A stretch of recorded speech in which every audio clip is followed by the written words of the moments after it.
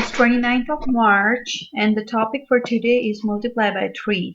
We will be creating groups of 3 objects with the students. At the end of the lesson, the students will be able to answer what is the importance of patterns in learning multiplication and division. First of all, we have to collect any 30 objects from the house. I have collected some apples to group them into groups of 3. Let's make our first group with 3 apples. Okay. Our first group contains only 3 apples and we are going to write it in our notebook as 3 times 1 is 3. Now we are going to make our second group of 3. We will place 3 more apples. And let's count now. We have 2 groups with 3 apples in each of them. Let's count how many are they all together. 1, 2, 3, 4, 5, 6. You will write like this. 3 times 2 is 6. Now we are going to make our third group with 3 apples. Now, how many? Yes, 3. Let's count how many apples are together in the 3 groups. 1, 2, 3, 4, 5, 6, 7, 8, 9.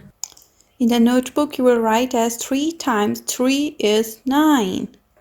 Now we are going to make our fourth group with 3 apples. Now let's count how many apples are there in 4 groups of 3.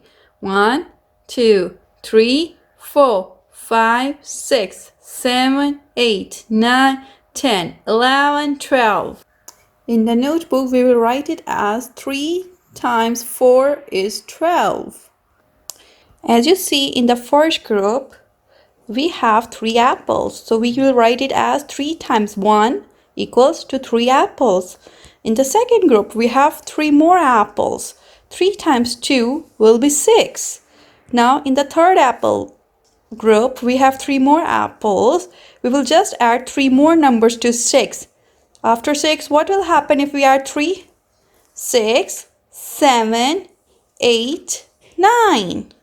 Now in the fourth group, we have got 3 more apples and they will become 12. Let's make one more group of apples. The fifth group with 3 apples. Now how many apples do we have all together in the 5 groups? Yes, 3 times 5 will be 15. We have got 5 groups with 3 apples in all of them and the total apples are now 15. This is how we are going to write 3 times 5 equals to 15 items. Now I want you all to complete 3 times 6, 3 times 7, 3 times 8 and 3 times 9 and finally 3 times 10.